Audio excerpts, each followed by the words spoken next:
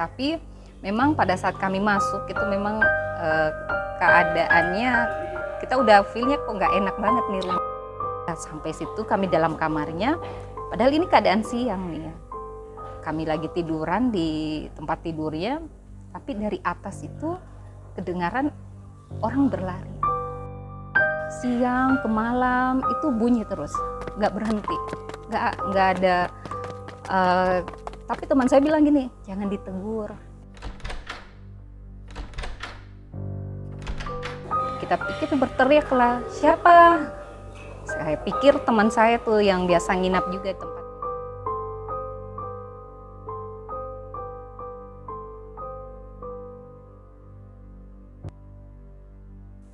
Assalamualaikum warahmatullahi wabarakatuh. Senang sekali saya Aminin Dita dapat kembali menjumpai teman-teman tentunya di channel Sudah Malam.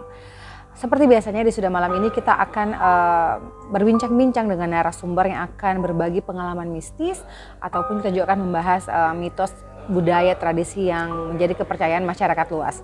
Dan sebelum saya menyapa narasumber yang sudah bersama saya kali ini, saya akan mengingatkan teman-teman yang ingin juga berbagi ceritanya bersama kami bisa mengirimkan komentarnya tentunya di YouTube Sudah Malam. Oke, langsung saja saya akan menyapa di sini narasumber saya yang sangat cantik. Ada Kak Tiwi. Assalamualaikum Kak Tiwi. Waalaikumsalam warahmatullahi wabarakatuh, Kak. Oke, Kak Tiwi sekarang kesibukannya apa aja Kak Tiwi? Saat ini masih kerja aja.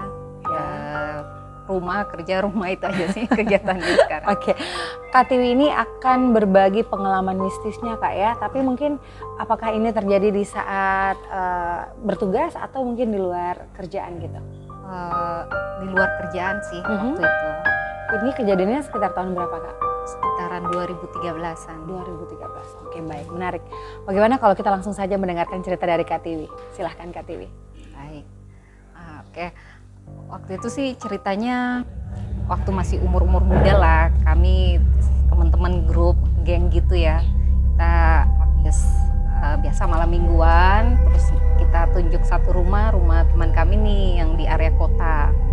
Nah, kejadiannya sih di Makassar. Rumah teman saya itu di Jalan Korban 40.000 jiwa. Sanalah kami tanpa ada rasa curiga juga kan, takut atau apa, karena kan biasa rumah tinggal keluarga lah ya. Kebetulan juga rumah tinggalnya itu dia tinggal sendiri, jadi enak lah untuk kita berbicara, hangout. Makanya kita ke situ. Nah, sampailah kami ke rumahnya di Jalan 40.000 jiwa itu. Tapi memang pada saat kami masuk itu memang keadaannya kita udah feelnya kok nggak enak banget nih rumah. Hawa-hawanya sudah beda lah sama rumah-rumah yang memang ada kehidupan keluarga di situ. Kebetulan memang teman saya itu tinggal sendiri, orang tua itu semuanya mamanya udah meninggal, bapaknya udah pisah rumah, kakak-kakaknya juga, jadi dia yang jaga rumah itu. Jadi kesannya dingin lah. Nah, saat itu memang masih siang sih, kayak masih siang. Kami masuk di kamarnya karena memang hanya kamarnya lah yang layak lah untuk kami tempati untuk hangout gitu kan, untuk istirahat lah. Karena di luar itu udah nggak terawat karena udah berdebu, udah nggak ada yang tinggalin, jadi nggak kesentuh sama teman saya untuk bersihkan karena rumahnya besar. Nah, udah sampai situ kami dalam kamarnya, padahal ini keadaan siang nih ya. Kami lagi tiduran di tempat tidurnya, tapi dari atas itu kedengaran orang berlari, anak kecil lari-lari, aku berinding. Rumahnya itu lantai 2 atau itu kedengaran di plafon aja gitu Kak? Lantai 2, jadi dia beton gitu kan, beton di atas, jadi kedengaran kalau orang lari itu ya yang suara buk buk buk buk buk, bunyinya buk buk buk buk dan kencang. Udahlah, teman saya santai, tapi saya dan teman saya itu kok kenapa ya, ada yang tinggal di atas atau bagaimana, atau itu suara rumah tetangga di sebelah karena mungkin dempet jadi kedengaran, tapi rumah tetangga itu nggak bertingkat. Nah, rumah teman saya ini bertingkat. Nah, suara buk-buk itu yang berlari itu di atas kamarnya dan masih bagian dari rumahnya. Padahal ini dalam keadaan siang. Siang ke malam itu bunyi terus, nggak berhenti, nggak ada. Tapi teman saya bilang gini, jangan ditegur, emang dia gitu. Udah pasrah lah teman saya tuh.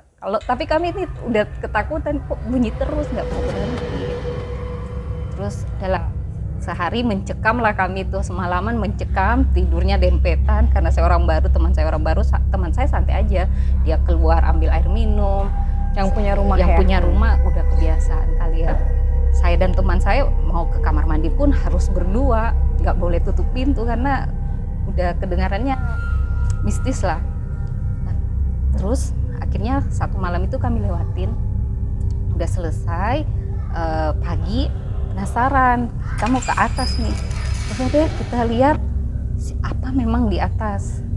Sudahlah, yakin kalian mau ke atas, nggak ada apa-apa di atas, kosong itu. Teman saya yang punya rumah bilang, masa sekencang ini larinya kayak anak kecil lari-lari yang kayak berdua gitu kan anak kecilnya, masa nggak ada orang, kayak kejar-kejaran gitu ya, di atas plafonnya saja. Udahlah kami beranikan naik lah ya, naik terus buka, memang areanya luas kamarnya, rumah lantai atasnya. Buka pintu kamarnya, ya memang kosong, nggak ada furniture, nggak ada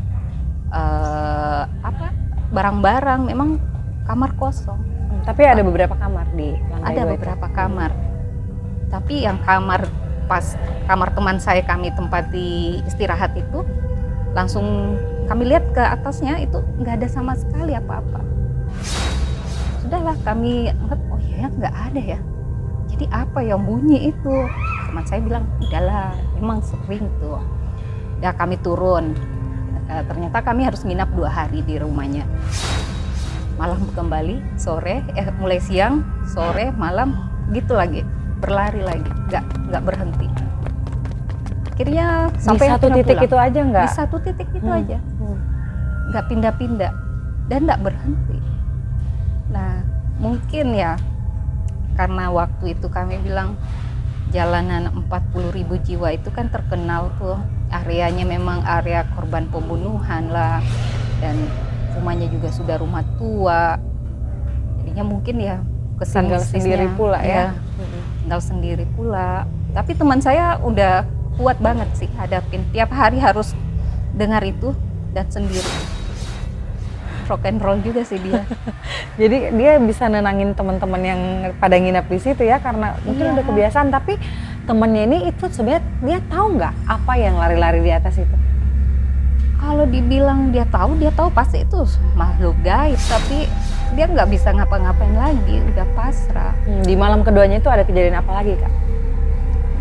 Ya cuma itu sih, karena nggak berhenti berlarian, tapi nggak sampai keluar suara-suara aneh-aneh, cuma berlarinya itu nggak bisa hilang, ada terus.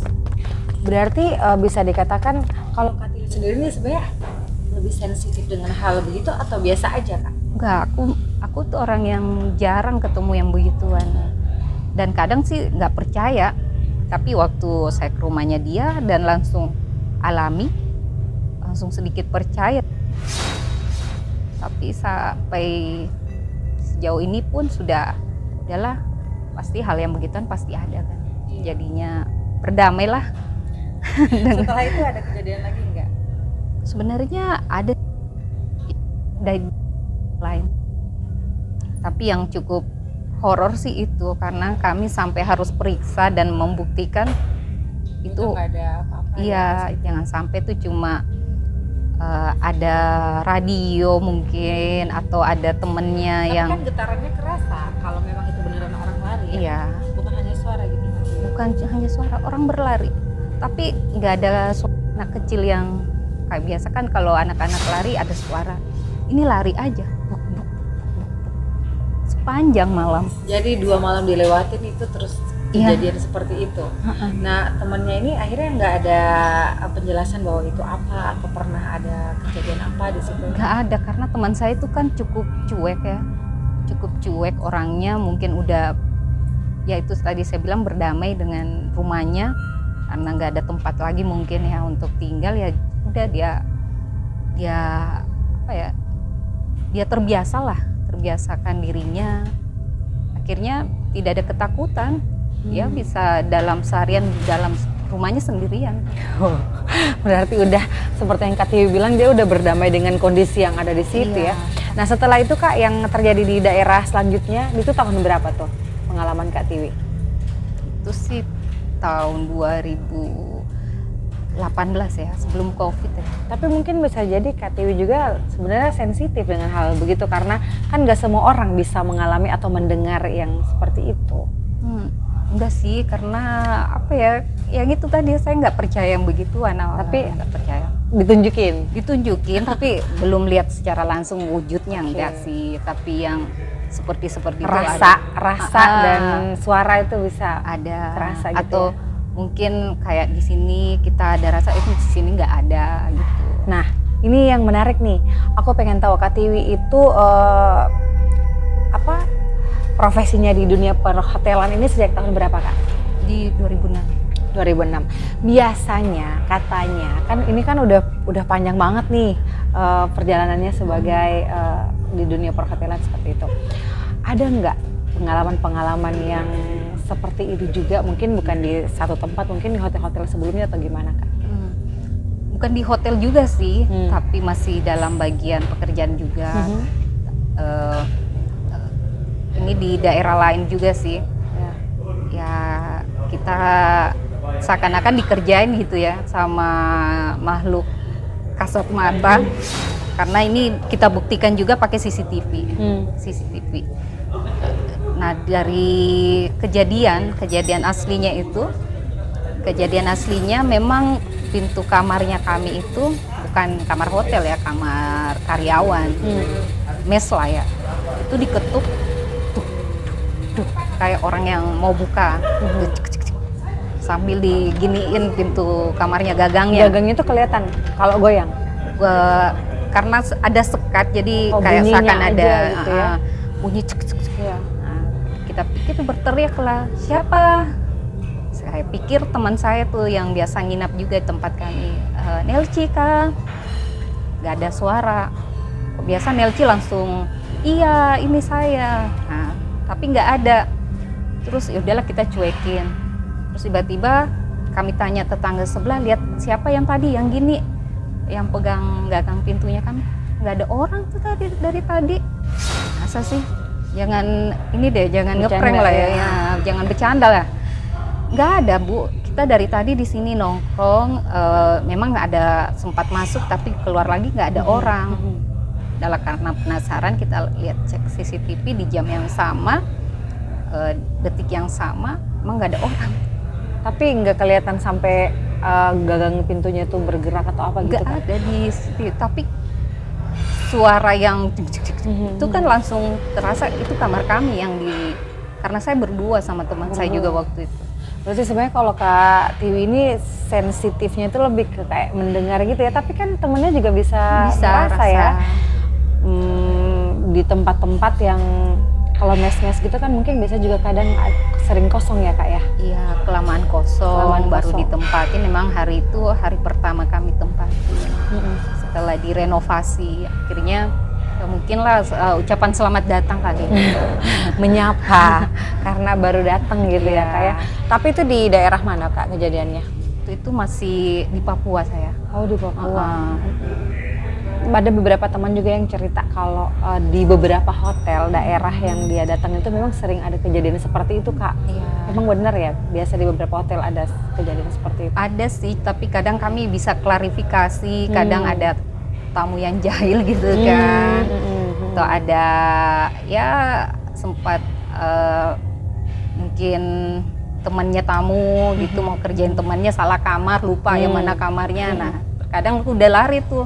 Ya ternyata kan orang. Iya, padahal biasa kami klarifikasinya gitu. Jadi menerima komplain juga ya kayak gitu ya.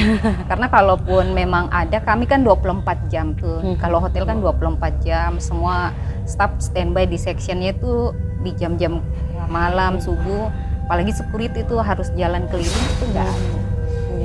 Kesimpulannya berarti Kak Tiwi ini yang tadinya sebenarnya nggak percaya adanya gangguan-gangguan begitu, tapi sebenarnya ada ya kan Kak? Jadi ada kalau memang saya bisa buktikan gitu kan. Langsung lihat dengan mata sendiri gitu kan. Nah itu baru biasa Jadi untuk kayak bentengin diri sendiri untuk tidak takut atau bisa mengatasi hal-hal takut ketika itu kejadian itu seperti apa Kak Tiwi? Jangan dipikir, karena kalau semakin dipikir makin takut itu. Dialihkan gitu. Dialihkan, ya dikatakan ke diri kita kalau hal itu memang akan ada, apa sih? Jin itu kan pasti akan ada, kan sesuai dengan agama kita kan. Iya. Seperti itu. Mereka memang ada gitu Memang ya. ada. Cuman ada beberapa orang yang bisa mendengar, melihat, merasakan, ada juga yang sama sekali nggak bisa. Iya, ada yang sensitif santai-santai seperti itu. baik aja walaupun tempatnya mistis, nggak ada rasa. Oke baik, itulah tadi cerita dari Kak Tiwi yang cukup menegangkan juga. Kayak itu kejadian tahun 13 yang menegangkan yang- karena harus lalui 1 malam dengan perasaan was-was. 2 malam katanya. Oh iya, 2 malam. 2 ya. malam. Oke baik teman-teman, itulah tadi kita sudah mendengarkan ceritanya, pengalaman mistisnya Kak Tiwi. Dan mungkin juga nanti ada teman-teman yang ingin berbagi cerita juga bersama kami, bisa mengirimkan komentar atau ceritanya di kolom komentar kami tentunya di channel YouTube Sudah Malam Official. Saatnya saya Aminindita pamit undur diri. Terima kasih Kak Tiwi sudah berbagi ceritanya. Sampai ketemu lagi ya Kak Tiwi ya. Assalamualaikum warahmatullahi wabarakatuh dan sampai jumpa.